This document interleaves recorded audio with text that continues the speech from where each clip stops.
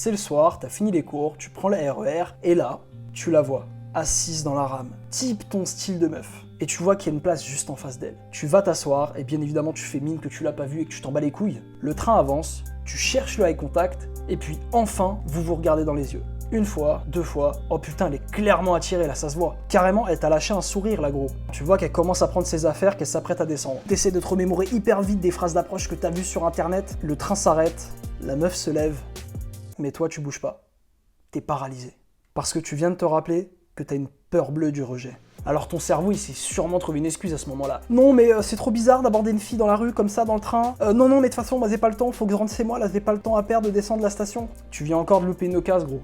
Si tu savais le nombre d'occasions et de relations que j'ai loupées à cause de ma peur du rejet quand j'étais plus jeune, gros, tu pèterais un câble. Surtout quand tu voyais les meufs qui étaient sur moi. J'étais incapable de demander à une fille de sortir avec moi, même si je savais pertinemment qu'elle était intéressée. Dans cette vidéo, on va essayer de comprendre, mais surtout de détruire notre peur du rejet ensemble, d'accord? Mais d'abord, pourquoi est-ce qu'on a peur du rejet? Comprends que c'est un mécanisme inné dans notre cerveau d'avoir peur du rejet. En fait, il faut comprendre qu'à l'époque, nos ancêtres, ils vivaient dans des tribus. Et à cette époque-là, se faire rejeter par la tribu, ça voulait littéralement dire mourir. Parce qu'on était incapable de survivre tout seul par nous-mêmes sans d'autres personnes.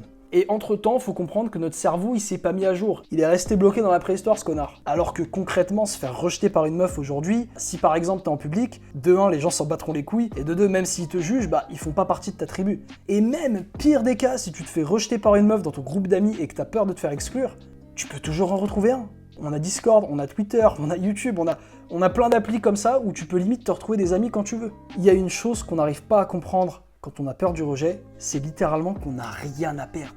Tu t'es fait rejeter, t'as toujours pas de meuf en fait. Une entreprise a rejeté ton CV, t'as toujours pas de job, t'es au même stade. Donc au final, on a strictement rien perdu.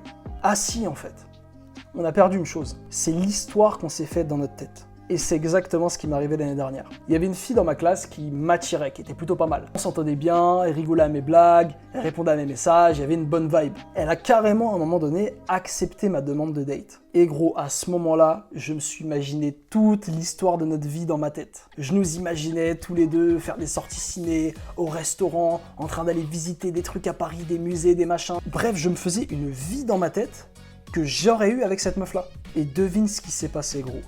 Date annulée, plus de réponse à mes messages. Et là, certes, sur le court terme, tu vas me dire « Mais Samy, t'as rien perdu, t'avais pas de meuf, c'est pareil. » Ouais, mais toute cette histoire que je m'étais fait dans ma tête, cette vie que je me suis imaginée, tout ça a été détruit. Et c'est d'ailleurs probablement pour ça qu'elle m'a rejeté. Parce que les meufs, elles le savent quand t'es Niji. Mais Samy, même s'ils arrivent à aborder une fille, c'est bizarre quand même. Ok, imagine Brad Pitt demain, il va aborder une nana dans la rue. Est-ce que tu penses qu'elle va trouver ça bizarre? Non, elle va être archi contente, elle va être refaite, attends putain c'est Brad Pitt, truc de ouf. Et toi, est-ce que tu vas trouver ça bizarre? Bah non, c'est Brad Pitt, attends, il peut avoir les meufs qu'il veut. Mais alors pourquoi t'as pas ce même mindset quand c'est toi qui vas aborder? Un homme de valeur ne peut pas être bizarre quand il aborde une meuf, parce qu'il a confiance en lui, parce qu'il sait que c'est une opportunité qu'il offre à la meuf quand il l'aborde. Les seuls mecs bizarres, c'est ceux qui paniquent en abordant, parce qu'ils savent qu'ils n'ont pas leur chance avec elle. Il faut comprendre que la meuf est un reflet de toi. Si elle te voit stressé, si elle voit que tu paniques un peu, que tu trouves un peu ça bizarre, et elle aussi elle va ressentir le truc. Par contre, si t'arrives en mode confiant comme Brad Pitt, elle va trouver ça normal. Mais du coup, Samy, comment on aborde avec confiance? Première chose, travaille sur toi. Comprends que plus tu te sentiras attirant, plus tu te sentiras légitime. Ce qui fait que quand tu aborderas les filles, la situation paraîtra moins bizarre. La meilleure chose que tu puisses faire pour ça, c'est d'améliorer ton physique en commençant à aller à la salle. D'ailleurs, si tu as besoin d'un programme, si tu veux, il y a le mien personnel en cliquant sur le premier lien en description que tu peux obtenir. Et enfin, tu dois changer ton mindset avec le rejet. À partir de maintenant, dis-toi, cette meuf m'a rejeté? Ok, ça veut dire qu'on n'est pas compatible. De toute façon, si je continue à travailler sur moi, je sais que j'aurai accès à une abondance de femmes d'ici mes 30 ans. Évidemment, adopter ce mindset, c'est plus facile à dire qu'à faire, mais t'inquiète pas, j'ai quelques exercices pour toi si tu veux vraiment détruire ta peur du rejet. Tu vas prendre des rejets volontairement. Alors que ça peut être des rejets par des meufs, des mecs, mais il faut vraiment que tu vises le domaine pour lequel tu es vraiment le moins à l'aise. Ton objectif, ça sera de te faire rejeter 100 fois.